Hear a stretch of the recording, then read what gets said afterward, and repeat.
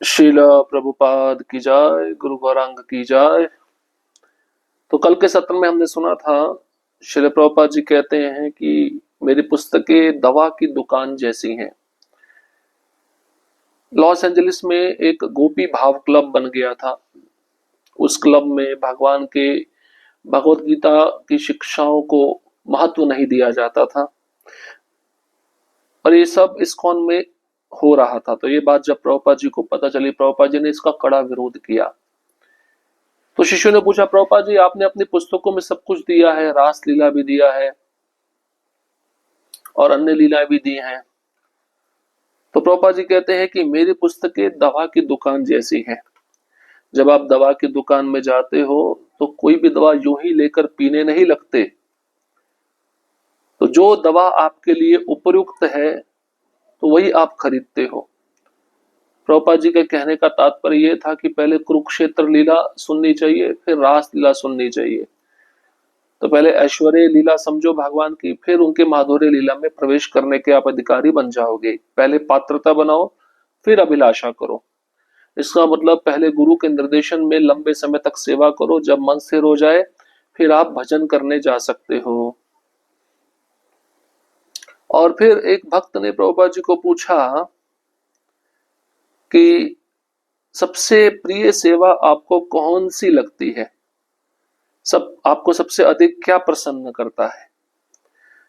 तो सभी भक्त उत्सुक थे, प्रतीक्षा कर रहे थे प्रभुपाद जी के उत्तर की। प्रभुपाद जी ने उत्तर दिया, जब तुम कृष्ण से प्रेम करते हो ये मेरे को अधिक प्रसन्न करता है। इसका मतलब प्रभुपाद जी के नजरों में सभी सेवाएं एक समान थी। उन सेवाओं के द्वारा हम कृष्ण से प्रेम करना सीख सकते हैं। और फिर प्रभुपाद जी कहते हैं, मैं रोज भगवान से प्रार्थना करता हूं रात्रि सोने से पहले कि हे कृष्ण मुझे माया से बचाइए। ये आदर्श हमें प्रभुपाद जी से भी सीखना चाहिए। अब हम आगे बढ़ते हैं, सफलता का रहस्य। जय पताका स्वामी। एक बार श्रील भक्ति सिद्धांत सरस्वती ठाकुर की तिरुभाव तिथि पर प्रभुपाद ये समझा रहे थे कि किस प्रकार एक शिष्य अपने गुरु और अपने परम गुरु तथा पूर्वाचार्यों के आदेशों का पालन करने का प्रयास करता है। उन्होंने श्रील भक्ति विनोद ठाकुर का उदाहरण दिया, जिन्होंने मायापुर धाम में पहले मंदिर के निर्माण हेतु घर घर जाकर भिक्षा मांगी थी। और उन्होंने यह भी बताया कि विभिन्न आचार्यों ने मायापुर धाम के विकास में कैसे योगदान दिया। शिल प्रभुपाद ने कहा, अपने गुरु और पूर्वाचार्यों को प्रसन्न करने के लिए मैं भी मायापुर धाम में कुछ सेवा करने का प्रयास कर रहा हूं। जो भी मेरी सहायता कर रहे हैं मैं उनका अत्यंत आभारी हूं। इसके बाद वे बोल नहीं पाए, वे भाव विभोर होकर रोने लगे। दीर्घ मौन छा गया, किसी को समझ नहीं आया क्या करे। अंततः प्रभुपाद बोले, सफलता का रहस्य यही है, पूर्वाचार्यों की इच्छाओं को पूर्ण करना। तो अगर हमें भक्ति में आगे बढ़ना है, भक्ति में सफल होना है, तो पूर्व में जो आचार्य हुए हैं उनके बताए हुए मार्ग पे चलना या उनकी इच्छाओं को पूरा करना। जयपताका महाराज कहते हैं, श्रील भक्ति सिद्धांत सरस्वती ठाकुर महाराज के तिरुभाव तिथि पर प्रभुपाद जी लेक्चर में हम सभी शिष्यों को यही समझा रहे थे कि पहले के गुरुओं ने, उनके भी गुरुओं ने किस प्रकार पूर्व आचार्यों के आदेशों का पालन करने का प्रयास किया है। भक्ति विनोद ठाकुर जी का उदाहरण देते हुए प्रभुपाद जी कहते हैं, मायापुर धाम में पहले मंदिर के निर्माण के लिए भक्ति विनोद ठाकुर घर घर जाकर भिक्षा मांगते थे और 1 रुपया मांगते थे। उस समय 1 रुपए की भी कीमत बहुत ज्यादा होती थी। और इस प्रकार से उन्होंने मायापुर धाम के विकास में योगदान दिया। और पापा जी कहते हैं, उसी परंपरा में मैं भी आता हूं और मैं भी प्रयास कर रहा हूं मायापुर धाम में कुछ विकास कर सकूं, भक्तों को सुविधा प्रदान कर सकूं और पूर्ववर्ती आचार्यों को सहायता या मदद कर सकूं। इसके बाद प्रभुपाद जी बोल नहीं पाए, बहुत रोने लगे और प्रभुपाद जी समझ में नहीं आया किसी भी शिष्य को क्या किया जाए। दीर्घ मौन छा गया। तो प्रभुपाद जी अंत में बोले, सफलता का यही रहस्य है कि पूर्ववर्ती आचार्यों की इच्छाओं को पूर्ण करना। जो वो चाहते हैं उस कार्य को करना। कृष्ण एक रसगुल्ले के समान है। शुद्ध कीर्ति, जब मैं प्रभुपाद का सेवक नहीं था तब मैं लॉस एंजलिस में प्रतिदिन संध्या उनके बगीचे में बैठकर उन्हें कृष्ण बुक पढ़कर सुनाता था। शिल प्रभुपाद श्री कृष्ण की लीलाओं को सुनकर बहुत प्रसन्न होते थे। धीरे धीरे मुझे लगने लगा कि उन्हें असुर वध की कथाएं विशेष रूप से प्रिय है। एक बार मैंने द्विविध गोरिल्ला की लीला पढ़ी। जब वह यज्ञ स्थल में मूत्र विसर्जन करता था तब प्रभुपाद बहुत जोर से हंसे और अत्यंत आनंदित हुए। अगले दिन मैं ऐसी ही कोई और हास्यपूर्ण लीला ढूंढने लगा कि प्रभुपाद फिर प्रसन्न हो जाएं। तभी उन्होंने मुझे देख कर कहा, कहीं से भी पढ़ो, कहीं से भी, कृष्ण एक रसगुल्ले के समान है, जहां से भी काटो मधुरता ही मिलेगी। फिर मैंने वहीं से पढ़ना आरंभ किया। क्या कह रहे प्रभुपाद जी? कृष्ण रसगुल्ले के जैसे हैं। जैसे रसगुल्ले में मिठास होती है, ऐसे कृष्ण के नाम रूप गुण लीला में मिठास है। कृष्ण की लीलाएं कहीं से भी पढ़ो, कहीं से भी सुनो, आपको मीठी लगेंगी, माधुर्य लगेंगी। तो शुद्ध कीर्ति प्रभु अपना अनुभव बता रहे। जब मैं प्रभुपाद जी का सेवक नहीं था तो लॉस एंजलिस के मंदिर में रोज शाम को बगीचे में बैठकर मैं प्रभुपाद जी को कृष्णा बुक पढ़कर सुनाता था और श्री कृष्ण की लीलाओं को सुनकर प्रभुपाद जी बहुत प्रसन्न होते थे। अब धीरे धीरे मुझे ऐसा लगने लगा कि प्रभुपाद जी को जो कृष्ण असुर वध की लीलाएं करते हैं वो बहुत पसंद आती हैं। तो एक बार शुद्ध कीर्ति प्रभु ने द्विविध गोरिल्ला की लीला पढ़ी। वह गोरिल्ला यज्ञ स्थल में मूत्र विसर्जन करता है। तब प्रभुपाद जब ये सुने तो जोर जोर से हंसने लगे, अत्यंत आनंदित हुए। अगले दिन फिर मैंने कोई ऐसी लीला ढूंढनी चाहिए जो प्रभुपाद जी को हंसा सके। फिर प्रभुपाद जी ने मुझे देखकर कहा, कहीं से भी पढ़ो, कहीं से भी, कृष्ण रसगुल्ले के समान है, जहां से भी काटोगे आपको रस ही रस मिलेगा। और फिर शुद्ध कीर्ति प्रभु कहते हैं, मैं कहीं से भी पढ़ना शुरू करता, प्रभुपाद जी उस लीला को सुनकर बहुत आनंदित होते। विनम्रता, भगवत, यद्यपि शिल प्रभुपाद अत्यंत दिव्य और महिमामयी थे, फिर भी वे अत्यंत विनम्र थे, अन्य गुरुओं की भांति नहीं जो स्वयं को महान घोषित करते हैं। एक बार कुछ वरिष्ठ भक्तों में प्रभुपाद की स्थिति को लेकर विवाद हुआ। एक महिला शिष्या ने प्रभुपाद को पत्र लिखा। कुछ भक्त कहते हैं कि आप अपने शिष्यों के हृदय की बात जान सकते हैं और कुछ कहते हैं कि आप नहीं जान सकते, कृपया स्वयं बताइए। जब प्रभुपाद के सचिव ने प्रश्न उन्हें सुनाया तो शिल प्रभुपाद ने उत्तर दिया, एक अत्यंत उन्नत शुद्ध भक्त के लिए यह कोई कठिन बात नहीं है। वह सरलता से अपने शिष्यों के हृदय में क्या चल रहा है देख सकता है। तो गुरु से भी कुछ छिपा हुआ नहीं है। कृष्ण तो प्रत्यक्ष देखते हैं, लेकिन एक निष्ठावान गुरु जो अपने गुरु को समर्पित है वो भी शिष्य के मन में देख लेता है क्या चल रहा है। तो एक बार विवाद हो गया था प्रभुपाद जी के कुछ शिष्यों में। तो कई शिष्य कहते थे प्रभुपाद जी अपने शिष्यों के हृदय की बात को जान लेते हैं। कई शिष्य कहते थे नहीं, अपने शिष्यों के हृदय में जो बात है प्रभुपाद जी नहीं जान पाते। तो जब ये बात प्रभुपाद जी तक पहुंची, ये प्रश्न उन्हें सुनाया गया उनके सचिव के द्वारा, तो प्रभुपाद जी ने उत्तर दिया, ये कोई मुश्किल बात नहीं है, कोई कठिन बात नहीं है।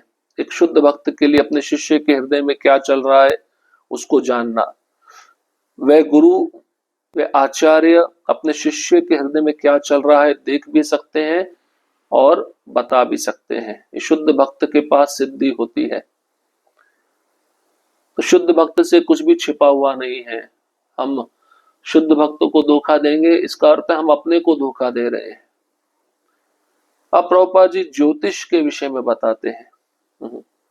बहुत सारे भक्तों की इच्छा होती है ज्योतिष के पास जाया जाए और अपना भविष्य पूछा जाए, हमारा भविष्य कैसा होगा। प्रभुपाद जी स्पष्ट बता रहे हैं, जो भक्त भक्ति में लगे हैं उनको ज्योतिष के विषय में क्या सोचना चाहिए। प्रद्युम्न, एक बार हैदराबाद में मैंने प्रभुपाद से ज्योतिष के विषय में पूछा। मुझे भारतीय ज्योतिष में रुचि थी और मैं समझना चाहता था कि जीवन कितना पूर्व निर्धारित होता है और कितना नहीं, और आध्यात्मिक रूप से इसका क्या स्थान है। मैंने पूछा, प्रभुपाद क्या ज्योतिष वैष्णव धर्म का भाग है? उन्होंने उत्तर दिया, वैष्णव का भाव और सिद्धांत यही है, जो कुछ भी आए आए हमें परवाह नहीं, परंतु यदि तुम्हें पता हो कि वर्षा होने वाली है तो छाता ले लेना बुद्धिमानी है। उन्होंने फिर दोहराया, महाराज कुलशेखर भी यही कहते हैं, प्रभु जो भी आपकी कृपा से आए आने दीजिए, ये हमारा दर्शन और सिद्धांत है, किंतु फिर भी यदि ज्ञात हो कि वर्षा होगी तो छाता ले लेना ही अच्छा है। तो प्रद्युम्न प्रभु हैदराबाद में प्रभुपाद जी से पूछते हैं कि भारतीय ज्योतिष को समझना कितना आसान है या कितना मुश्किल है, ज्योतिष गणना पर जीवन कितना पूर्व निर्धारित है या कितना नहीं है, और ज्योतिष का आध्यात्मिक रूप में क्या स्थान है। तो प्रभुपाद जी कहते हैं, जो वैष्णव होता है, भक्त होता है, उसका भाव सिद्धांत यही है, उस भक्त के जीवन में कुछ भी आए उसको कोई परवाह नहीं होती। हाँ, लेकिन पता है कि वर्षा होने वाली है तो छाता लेने में कोई बुराई नहीं है, छाता ले लेना बुद्धिमानी है। अब किसी भक्त को पता है मेरे जीवन में दुख आने वाला है, तो उसके लिए वो पहले से तैयारी कर सकता है, अपना नाम जप अधिक बढ़ा सकता है, भागवतम पढ़ सकता है, भगवान का ही आश्रय ले, किसी और वस्तु का आश्रय ना ले। तो प्रभुपाद जी महाराज कुलशेखर का उदाहरण दे रहे हैं। महाराज कुलशेखर भी अपनी प्रार्थना में कहते हैं, हे कृष्ण, आपकी कृपा से जो भी मेरे जीवन में आएगा आने दीजिए, और मैं उसको सहन कर लूंगा, पर मैं आपकी सेवा नहीं छोड़ूंगा। तो भक्तों को ये भी समझना चाहिए, अपना भविष्य देखने के लिए ज्योतिष पे आधारित नहीं हो जाना चाहिए। कृष्ण ने हमारे भाग्य में सब कुछ लिखा है, वो अच्छे से जानते हैं कि हमें क्या मिलना है क्या नहीं मिलना है, इसलिए हमें अपनी भक्ति में सेवा करते रहना चाहिए। जो वस्तु मिलनी होगी मिल जाएगी, जो नहीं मिलनी है वो रह जाएगी। कीर्तन तुम्हारे सुख के लिए नहीं है, ये बहुत महत्वपूर्ण है।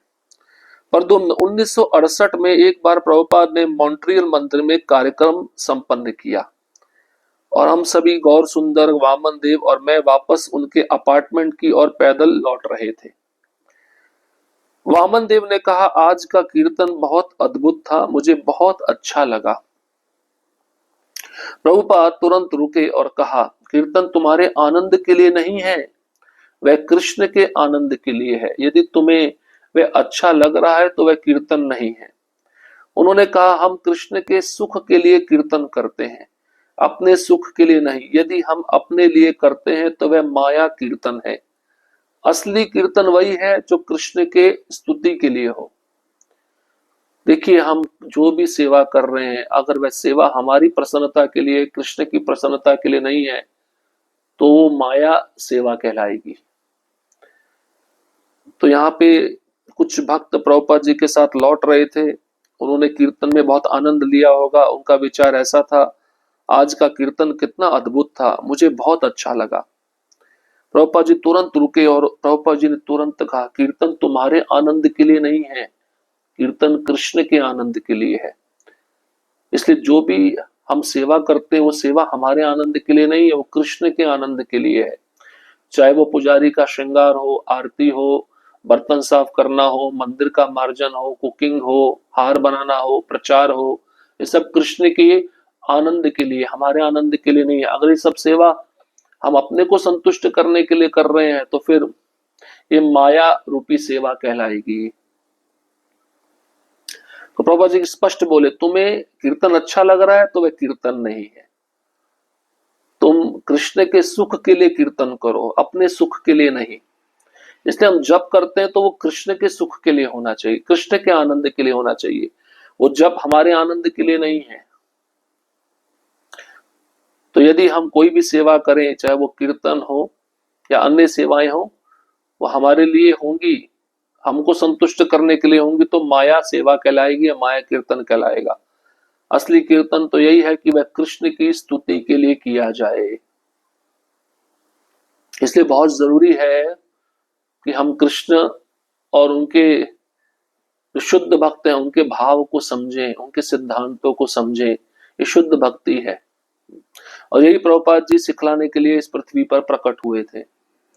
हरे कृष्ण कृष्ण कृष्ण हरे हरे, हरे राम राम राम हरे हरे। श्रील प्रभुपाद की जय, गुरु गौरांग की जय।